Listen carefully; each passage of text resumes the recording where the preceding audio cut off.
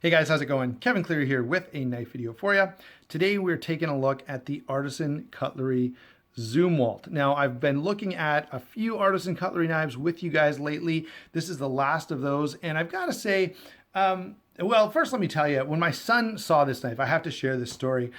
He looked at it and he looked again and he was like, "Dad, what is that?" And I'm like, "What do you mean?" He's like, "That's a pink knife." And, he went on to point out that he thought, pink was completely inappropriate for knives, which kind of gave me a little bit of a laugh. Anyway, I guess you should know that this is the titanium frame lock version. There are a number of different colors, different anodizations available, as well as a G10 liner lock, and there might be a carbon fiber liner lock as well. Don't quote me on that last one. I could be wrong, but there are some other versions of this knife out there. Anyway, I have to also add that this was a knife that I wasn't sure what to think about, but it really has grown on me over time. Initially, and I think I even said this in my first impressions, I wasn't in love with the blade grind. I still feel like I would prefer a slightly higher blade grind here, but I have to say that this knife has really won me over in use. As I've carried this and done a bunch of cutting with it, I found it really, really performs well. And so I sort of have to eat my words a little bit, considering what I now maybe I didn't say anything about that, but certainly my initial thought on this was, yeah, the blade seems a little thick, but as I've gone and done a bunch of cutting tasks, it's really kind of won me over. So I wanted to get a couple of those things out of the way by way of introduction. Now let's hit size, weight, and how this thing feels in the pocket. So this is a nearly 9-inch knife, 8 7/8 inches, or 8 15/16 actually. Blade length is almost 3 7/8, it's just a hair under. 5 1/16 on the handle length. Let me close it for you so you can see that. There you go. And the weight on this guy is pretty appropriate for its size, 5.49 ounces, 5.5 ounces, which for a 9-inch knife is pretty well par for the course.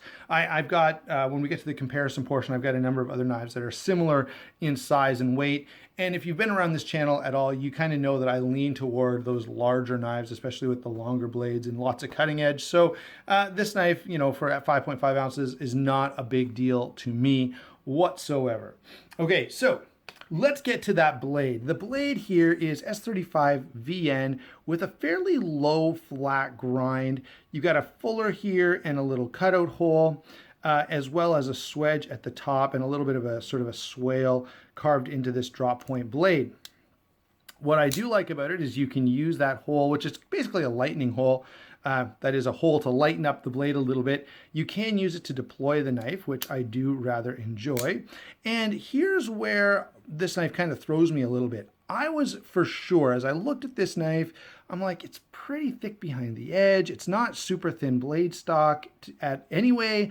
I don't see this being a really great slicer. But in fact, I've done a bunch of cutting with this, cardboard and cheese and apples and tomatoes and a bunch of other stuff, and actually found it works pretty well. An apple, maybe not ideal for that, but I was able to get the job done.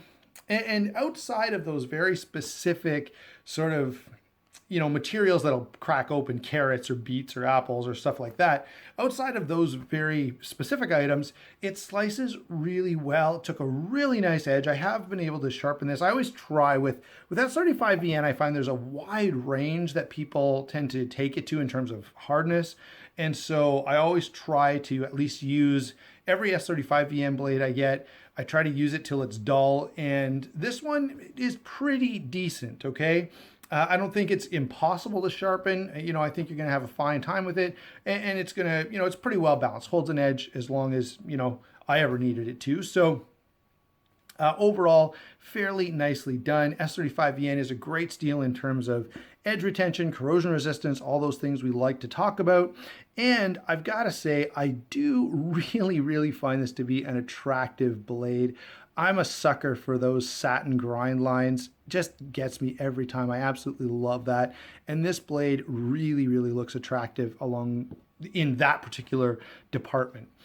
So I'm definitely a fan of the blade. I like the shape, I like the intricacy, and although I was initially skeptical about the way it's ground, it actually turns out to perform pretty darn well.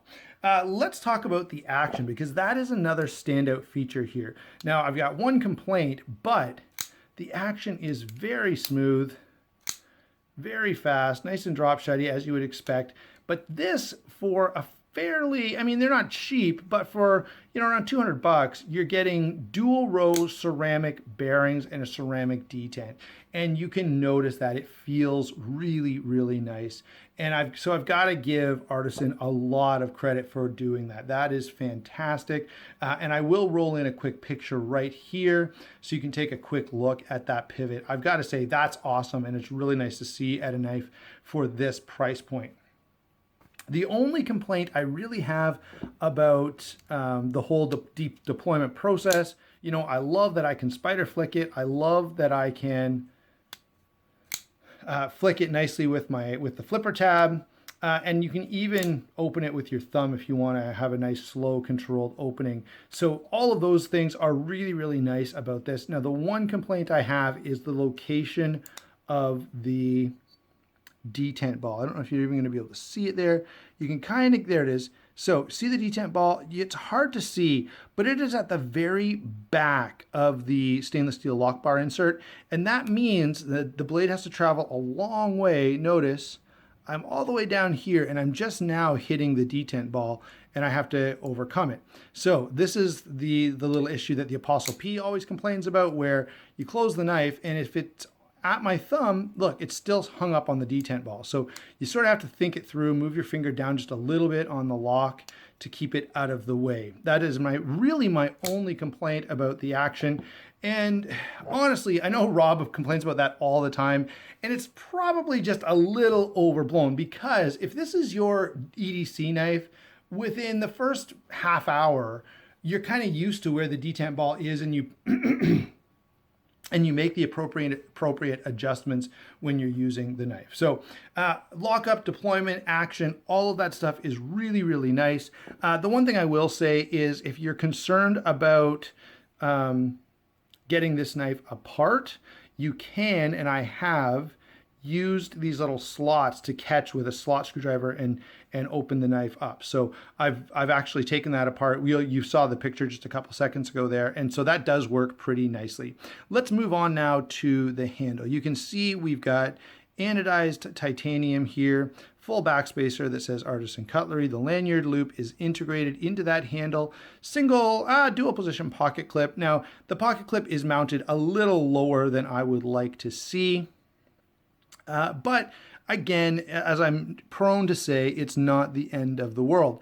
This knife could be lightened up a bit. If you look inside, there's no internal milling, but honestly, 5.5 ounces is not too heavy. So what would they save? Half an ounce, get it down to 5 ounces. I'm not all that concerned about it. So to me, that's not a huge issue. And I know there are some of you, although there are less and less, okay? I remember when knife companies first started milling out their titanium handles, guys were like, oh, that's going to weaken the knife. It's no good. It shouldn't be done. Like, this is a heavy duty knife, blah, blah, blah. Now, you don't hear that so much anymore. But if you're one of those guys, this may be a knife that's interesting to you.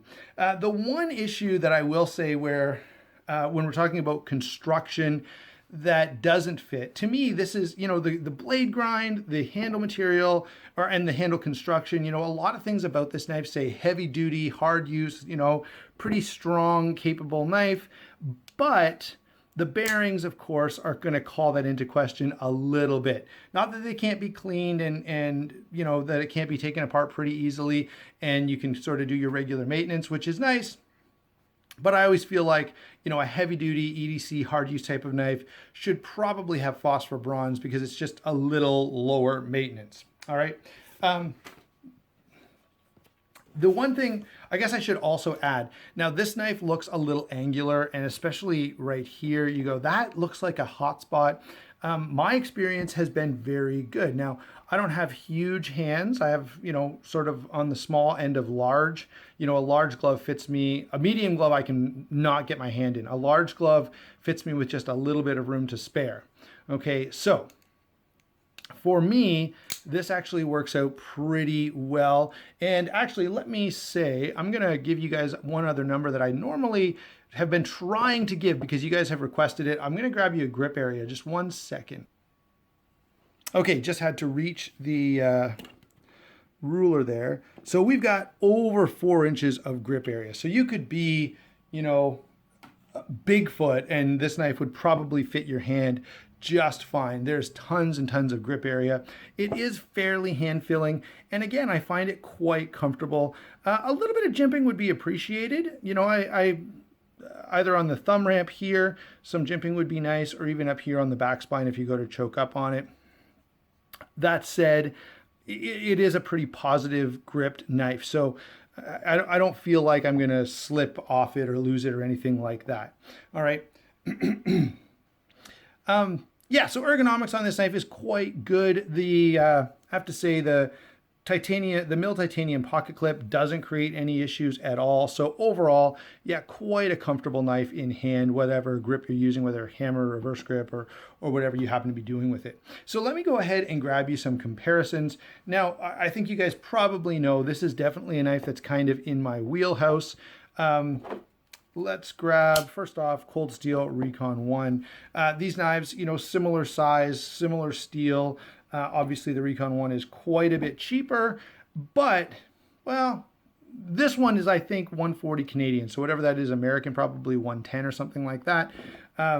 Where the titanium artisan knives are, I think, closer to 200 bucks. They're not, maybe 180. Here is the Artisan Tradition, recently reviewed here. So if you want to check that out, you can find it. A few weeks ago, I think I reviewed this knife on the channel. I've got a couple of other Chinese-made knives. Here is the Riot Torrent, one of my all-around favorite knives for sure. Oh, I've got a Kaiser Uprising here. Let's grab that guy. A little bit shorter, more, you know, sort of a short, stocky knife. Another knife that reminds me of this, actually, in sort of design and you know, being sort of long and slim, is the Benchmade Crooked River. So there's, let's do, oh, you know what I haven't pulled in here is the Inkosi. So there you go. When we're talking about titanium frame locks, I always feel like the Inkosi should at least get a quick mention. So there are a few comparisons. What are my overall thoughts on this knife? You know, this is a large knife with an interesting design. I'm not in love with the color, but that's pretty subjective, and there are lots of colors available. I do have to admit that, well, I was initially a little unsure about this knife. It did really grow on me over time, and now I find myself reaching for this knife fairly frequently. I like the size of it. I like the ergonomics. I really like the blade shape, even though that was the thing that I was initially unsure about. It definitely won me over with a bit of use. So I've got to say, overall, I think Artisan has done a good job here. I've looked at a number of their models, and a lot of them really don't appeal to me, but certainly this one I find fairly attractive. And I've already mentioned that I do like the Tradition as well. So I'll give you one last quick shot of that. I think if you like this design, the price is pretty reasonable on these, so I don't think you'll be too disappointed. I might at this point, okay, the one warning I would give about Artisan Cutlery is they seem to be struggling just a little to get their frame locks, or not their frame locks, their liner locks right. I got quite a number of comments on my previous video where people said they've got some issues with various models with the liner locks. So that's something you want to, you know, be thinking about. Maybe try to get it in hand before buying. The frame locks, though, I haven't heard the same